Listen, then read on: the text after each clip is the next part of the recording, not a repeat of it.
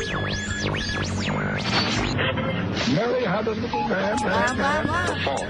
We believe that all men are created equal. To the magnificent mosaic that is America. From radio beacon to radio beacon. I have a dream today. Change has come to America. Believe me. Help is on the way. Knock, knock. Who's there? It's a figment of your imagination. Randi Rhodes Show. Turn up your mind. A high-stakes primary is underway in Michigan, the critical swing state that Donald Trump won in 2016 but swung to Joe Biden in 2020. Now, President Biden facing fierce backlash from the state's huge Arab-American population, demanding he support a ceasefire in Gaza. Some now plan to vote uncommitted in protest.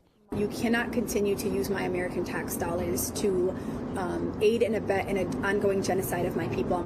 Michigan's Governor Gretchen Whitmer is a national co-chair of the Biden campaign. What if uncommitted has a strong showing in this primary? I think there will be a sizable number of votes for uncommitted. I think that it is every person's right to make their statement about what's important to them. Whitmer also brushing off concerns over Mr. Biden's age. What do you say to those people within the Democratic Party who would like a candidate, a younger candidate such as yourself, to replace President Biden? I would say the train's out of the station, get on board. Overnight, the 81-year-old president speaking out on Late Night with Seth Meyers, comparing himself to the Republican frontrunner, who's 77. Number one, you got to take a look at the other guy. He's about as old as I am. Number two, it's about how old your ideas are. And a showdown coming between the two this week. Mr. Trump is planning to visit the southern border on Thursday. Now, President Biden says he's going too, setting up a dramatic split screen over immigration. I've been planning to go Thursday. What I didn't know is my good friend apparently is gone.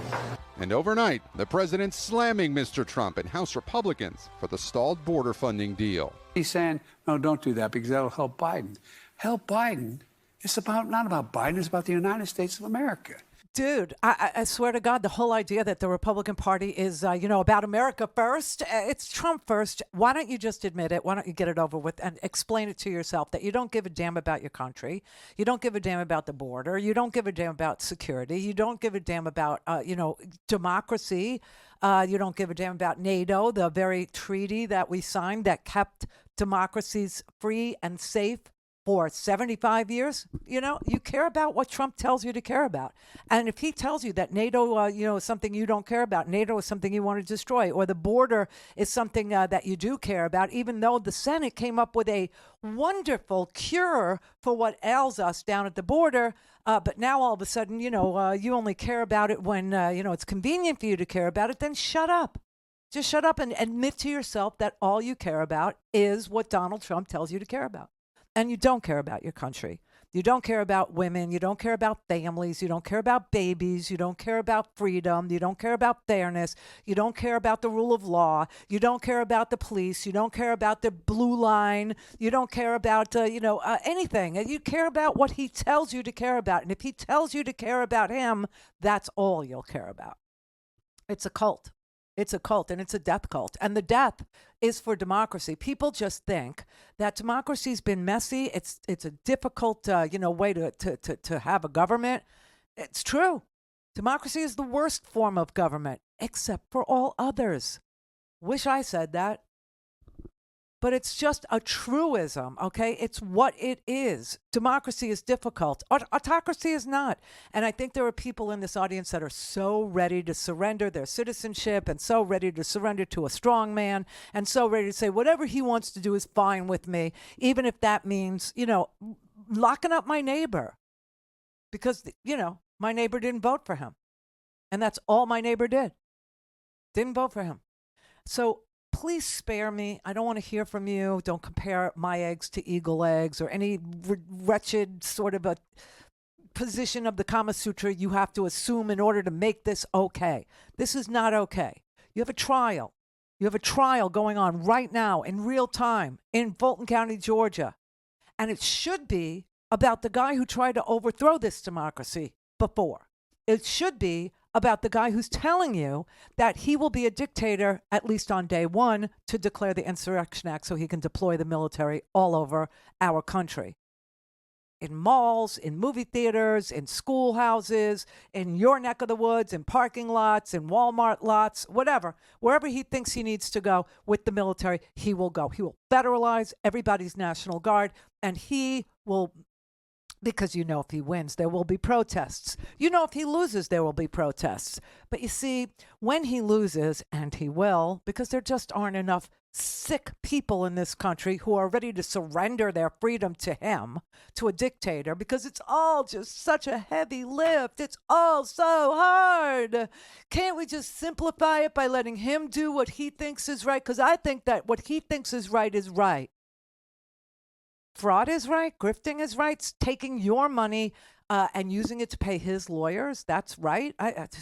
Please, I give up. I give up. I really do. And this entire day in this courtroom is such a wake-up call to how people who don't support him and his goals will be put on trial, even when there's evidence on tape of him overthrowing a free and fair election, overthrowing democracy, telling people you have to cheat for me, or if you don't, it won't be good for you.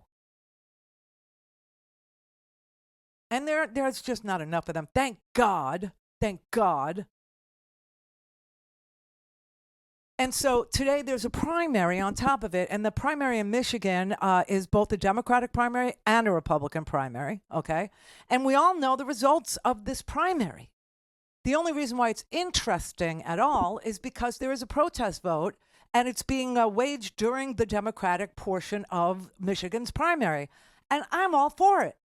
I think it's smart. I think it makes great sense. I think that if for all the flipping and all the ways that we try to figure out as Democrats or independents or people who are authoritarian, anti-fascist, religiosity in my everyday life, like in my uterus, in my womb, in my marriage, in my house, in my doctor's office, people who want freedom to worship or not worship, freedom to move about the country, freedom to talk to your doctor, to make choices, freedom to read what you want to read when you want to read it.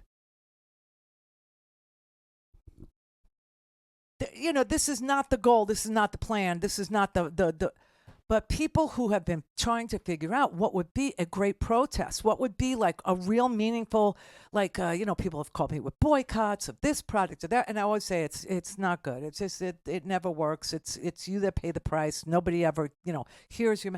This is a perfect protest. This one is about as good as it gets because it's a Democratic primary. The Democrat is the incumbent president, therefore, no serious challenger. This is not like, we have to choose between Hillary and Bernie and we have to choose between, Jill Stein. And no, it isn't a crowded primary field at all. It is Joe Biden and uncommitted. And people who are trying to make their voices heard loudly and want Joe Biden to listen to what they're saying, which is please demand, and I hope that would, satisfy them. I don't know that it would, because Joe Biden can't cut off funding for Israel. Only Congress can do that, and I can't say that often or loud enough. But Biden could call for a permanent ceasefire. What he's calling for is a temporary ceasefire, okay? And he believes that they have made enough progress that a temporary ceasefire could take hold as soon as Monday. After this weekend.